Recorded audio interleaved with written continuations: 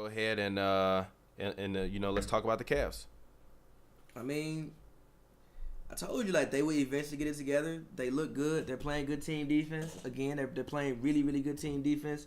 LeBron, even though you can catch some sleep off ball sometimes. I told you he's still one of the best on ball defenders in the NBA. He usually takes the challenge in the fourth quarter of guarding the team's best player. And D Wade, they have about 3 people off the bench who you can honestly give 6 man of the year votes to. Hey, yo, what's up, Mal? I'm sorry. Go ahead. I'm sorry, but go ahead. Yo, sorry, we just called in our next guest, which is Mal. Mal, what's good, man? Georgia. How you doing, man? You from Georgia? Warriors fan. Oh, you're a Warriors fan? Yep. Oh, my fucking God. All right, man. Turn up. But we gonna talk Cavs, man. But we go, Pavy just started off the topic, but we gonna hop into this Cavs topic. So go ahead and finish talking. I'm sorry. Repeat what you said because I didn't hear you. They probably have about 3 people who you can honestly give 6 man of the year votes to. Jeff Green, Dwayne Wade, and Kyle Korver. Who? The Cavs? Yeah. They have about 3 people that you honestly could. Jeff Green, Dwayne Wade. Well, then they're not all a 6 man. If you can get 3 people, you can give 6 man votes to. No. I know, but I'm just saying, like, they have 3 really, really good bench pieces off their bench who have all been hooping. I still think Dwayne Wade has a chance to actually put himself in 6 man of the year contention. And Dwayne Wade is still Dwayne Wade. Like, he can't go out there and give you 35 minutes a night, but D Wade can still come in and spot you 20, 22. I know we just got done having the other segment, but still, D Wade, like, I mean, he only averaged 11 points this year. Yeah, but you got to see him play. I don't see D Wade finishing the season healthy though. The thing about it though, you managing his minutes. He's not playing that many minutes. Yeah, D-Wade's only playing 23 minutes a game. Yeah, like he's not playing that many minutes. He can come in, pick his spots, and also it allows him to defend because he doesn't have to play that many minutes. I've seen him make some good defensive plays this year. Because why? His he's defense not does playing look that good. many minutes. Yeah, as opposed to last year in fucking Chicago when he would look like he didn't care about it at all. Like, they look good. Like, they'll be fine. They'll still probably come out the East. We'll probably get Cav Warriors 4. It won't be easy for them to come out the East, but I still think that they'll come out the East.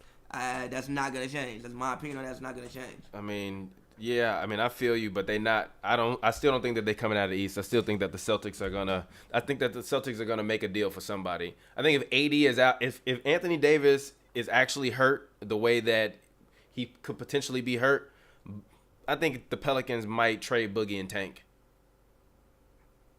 I'm serious. I would rather see them trade AD. I think Boogie's been good this year. Yeah, but AD just got hurt, so who's gonna take on AD after he just hurt his either his pec or his groin? He'll probably be fine. He's probably not that hurt. Yeah, but why would you trade AD though? You just gave AD a max. Throw a lot for him. Huh? Teams will still trade a lot for him, even injured. Yeah, I agree. I would trade a lot for AD. Trade a lot for AD too. Yeah. What do you want for AD? Take my roster. Take my whole roster, dog. Yeah, what do you want for Anthony AD, Davis? I would honestly just want a good point guard as well, because Drew's not a good fit. He's not a good fit in that system. Yes, but I still think that the Celtics might mess around and trade for either Boogie or AD. It don't matter. One of those players. But if AD is hurt, I think that they know Boogie is gone and they trade Boogie somewhere. Somebody has to go. And I think if Boogie goes to another team in the East, or if I'm Boogie, I want to go to the East. Ooh. I get a guaranteed all-star starting spot in the East, and I can be the man on whatever team that I'm on, and I can get buckets on whatever team. Huh? Damn, they got one in the West. What do you mean? Boogie? Yeah, but I would want to go to the East, though. I mean, I would, too. I mean, he's also from Alabama, so if I'm him, I want to go to the East. So trade him somewhere to the East, and then it's going to make the East a little bit harder. I mean, New Orleans is pretty fucking close. Yeah, New Orleans is close, I agree. But if Anthony Davis is going to always be hurt, then why would I want to stay there? And we ain't got no shooting. Our cap room is terrible. So I think that Boogie might wind up going somewhere in the East, which is going to make the Cavs, run a little bit harder. And if Boogie winds up going somewhere like the Celtics, I think Brad Stevens might be the type of coach that Boogie might need.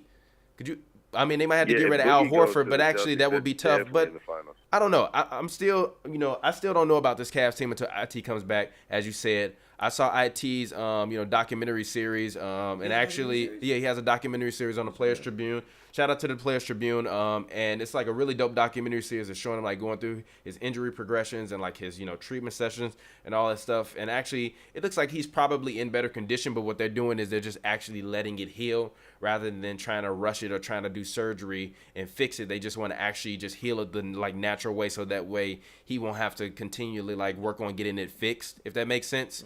Mm-hmm. And then probably so he still doesn't have like a timetable yet. He doesn't, but there are rumors around that he might come back in mid to late December. So if he comes back in mid to late December, he's missed, 35 games? That's still not that bad. If you can wind up getting 50 games out of IT this season, that would be bad. That wouldn't be bad at all, especially if you go into those 30 games that he missed, with a record like 21-10 or 21-9 or something like that. So the Cavs are still in a good position.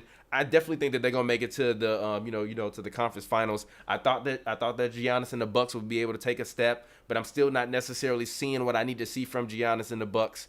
They've been kind of up and down. Although they're looking bad lately. After Giannis told his coach that he'll fuck him up, they they went on a little mini streak. But I just still am not really sure what to think about that Bucks team. So at this point, I'm walking back a little bit on my prediction that they're gonna lose in the second round to the Bucks. But if the Bucks get hot, I will be back on that train. I'm not hopping off of the train yet. I'm just saying, let me just slow down before before I decide to hop on the bandwagon, for the Bucks. So that's just my opinion on the Cavs. But go ahead, Mal. You can go ahead and talk about what your opinion on the Cavs is. I want to say the Cavs look old. If Korver's like their second leading scorer, right? They look old as shit. He's like 35, 34. That might be true. Korver is the second leading scorer on the team? No, stop. It's probably Kevin Love. But other than that, LeBron's looking great. He's having his best season. He's like 27, 8, and 8. But Jeff Green, if he's coming out like playing spurts like he's been playing lately, they can definitely make a run in the playoffs because he's a veteran. They got good veterans, but they don't have any young pieces. That's not true. That's not true. Have to pull from. That's not true. So don't tell me Seti Osman. No.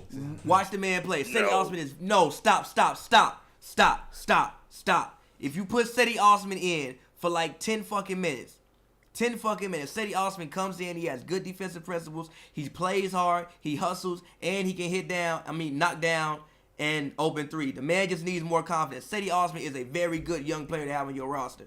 And he's from Europe. Nobody that's from Europe does not hustle. He's 22. There were like 3 plays yesterday in the fourth quarter where it got tight against the Hawks, and Seti Osman just made hustle plays, kept the possession alive, and got him a 3-pointer. I like Seti Osman. The fact that Shump is hurt right now and Seti gets to take Shump's minutes, I don't ever want a man to be hurt, but I love the fact that I get to see Seti Osman play. I like Seti Osman, so don't say that, but continue. Well, yeah, maybe with Shump hurt, I'll see something different. I haven't put a close enough eye on him to say anything. I'll take your word for that. But outside of him, what young guys do they have to pull from? They don't really have any. Zizic, I haven't really seen him play, but I don't know if he's ready yet, but I feel you. But, yeah, in the playoffs, that's also what I think is going to hurt Boston, though. They can't take off the Cavs if they're relying on Jason Tatum and Jaylen Brown in, like, the crunch moments. They've been great regular season, but playoffs, you're like 20 years old. They got to have some more than that. Yeah, true. I agree. That's where Gordon and Hayward getting hurt kind of hurts you because him in this offense, it like just accelerates it even more in terms of their offense. And he's still a good defensive player. So, like, Gordon and Hayward getting hurt definitely, like, if Gordon and Hayward was playing, this team would be even better, which is kind of crazy because they're 20-4 right now. If Gordon Hayward was on this team, the Cavs, I'm telling you, like I said, when they signed Gordon Hayward with IT, that the Cavs was going to lose in 6, and then when they got Kyrie, I stuck with that they're going to lose in 6. If Gordon Hayward wouldn't have broke his foot, the Cavs probably would have lost in 6 because this Celtics team looks scary right now. And if they would have had him out there on the floor, he's the perfect type of player for Brad Stevens' offense.